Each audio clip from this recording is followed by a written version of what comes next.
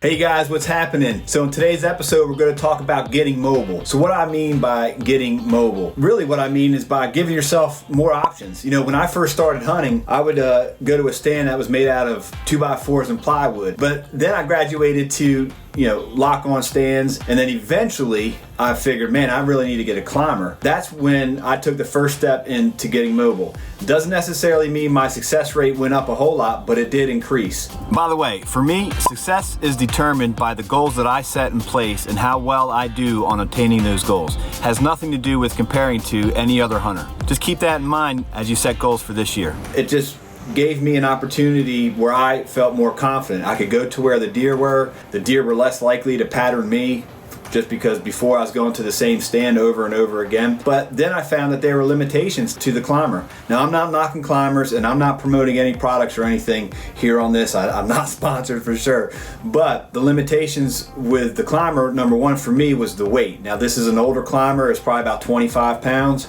Bulky, carrying it in. Trees were limited. You could only climb a straight tree that had no branches. So last year, I used the climber a lot. I had one shot opportunity and one kill on a doe. And from watching other videos that I'll be sharing in here, I came across this idea of saddle hunting. So at the beginning of the year, this past summer, I invested the money into a saddle. And again, this is just what I got. This bad boy right here. It's the Mantis Saddle from Tethrd. This is what I wear. These are my climbing. These two things carry my climbing steps from Silent Approach. And this right here weighs 5.8 pounds with the steps inside of it. And then I have a climbing rope. This is my lineman's rope right here, and my tethered rope right here. So you're always connected to the tree. And that weighs about 2.6 pounds.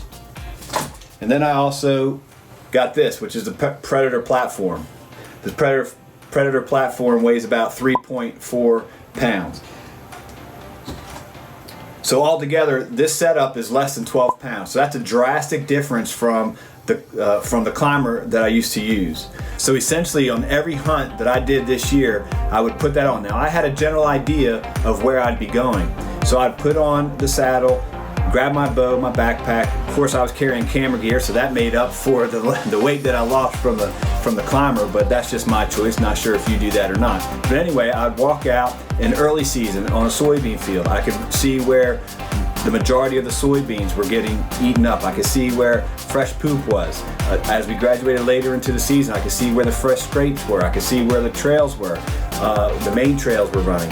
And I was not limited to the area to where I could hunt. I could literally climb in any tree that I wanted to, and this is the most safest system that I've had.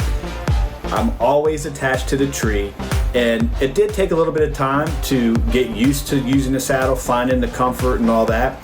But I will tell you, I will never go back to a lock-on stand or anything along those lines. The saddle for me is a very comfortable. I had long sits, all day sits in it, but there are some drawbacks, and I'll share that with you here in a minute. So here are some of the facts that I experienced this year while using the saddle when hunting.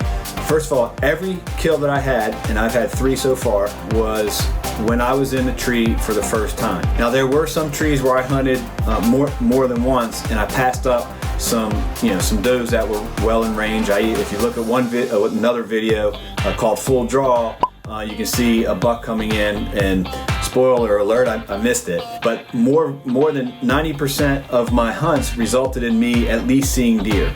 But there were some challenges. I mean, like anything new, it takes a little bit of getting used to. It takes a little bit of learning how to use this climbing system, strapping on the steps, getting comfortable with your gear, trusting your gear, learning how to use the lineman's rope to where it's supporting you more than your legs are supporting you, so you don't get tired.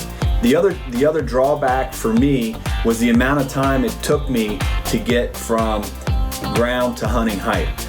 Typically, it took about 30 to 40 minutes depending on the tree.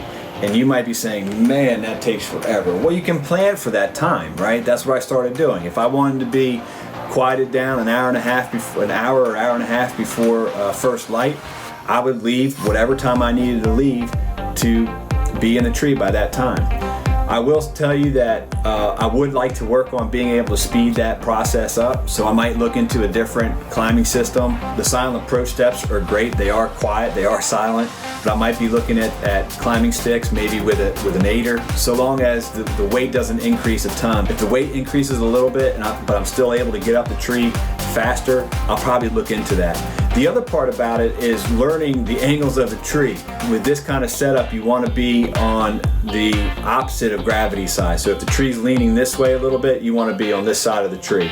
That's all the way up through climbing. There's when you're fighting and resisting gravity, it makes things a little bit difficult, but that was something that I was able to learn as I continued through the season.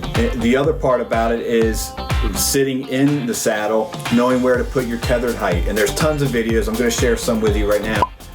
There's tons of videos out there that talk about it, and I'm going to be sharing videos about Tethrd saddles. There's other saddles out there. Gives you 360 degrees pretty much shooting. However, it takes practice. I did practice throughout the summer shooting from the saddle, but when the rubber meets the road and you're getting ready to harvest a deer, shooting on a weak side or behind you, it's a little bit challenging. So that's another thing that I'm going to have to learn how to do, is to get more comfortable with weak side shots, or drop shots is what they call it when you're shooting behind you. But for the most part, it's stealthy. You are less predictable to high pressure deer. And I'm hunting in New Jersey, southern New Jersey, and it's a high pressured state in my opinion.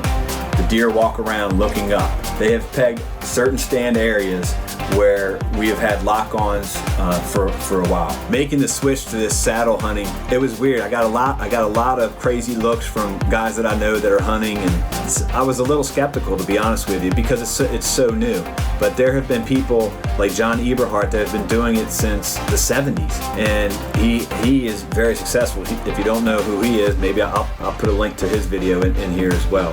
It's new, but it opened up so many more opportunities. Most importantly, it increased my confidence every time I walked into the woods. So if you're new to hunting and want to improve your chances, look, unless you're hunting a managed property and stuff like that, I'm talking about at least 80% of the hunters out there that don't have the luxury of hunting a managed property, have the luxury of having food plots and creating your own farm. I'm talking about people that have permission to hunt properties. You can't control what happens on that property as far as building, as far as crops. I'm talking to people that do public hunting. If you want to increase your opportunity, your success rate in seeing deer and harvesting deer, becoming mobile, in my opinion, is a must. Now, some people might have some limitations, and I get that. There's a ton of people that are so successful with carrying lock-ons. They'll have sticks, maybe they'll pack 4 sticks on their back with a lock-on stand. Very successful with that. Dan Infault is a big name with that. Cody DeQuisto is very successful with that. So there's a number of people out there that are harvesting big deer over and over again on a consistent basis. My idea of success for me this year was not necessarily big deer. My idea of success this year was to increase my odds of harvesting deer. And in the last 3 years, I've gotten 1. Until this year, I've gotten 3. So I did that. I needed to get a buck under my belt, and I did that. So the main reason I was able to do that was because I was able to be mobile. So all in all, I just want to encourage you, whether you're a new hunter, you're a hunter that has stepped away from hunting for a while and is now getting back into it, this will give you a new fire, new desire to hunt. And if you're a hunter that's been hunting for years but just hasn't had the success, I encourage you to, yes, it'll be uncomfortable, but I encourage you to at least step out of your comfort zone and to try to get mobile in any way or fashion, whether it's a climber, whether it's a lock-on with sticks on your back, or whether it's a saddle. So until next time, see y'all.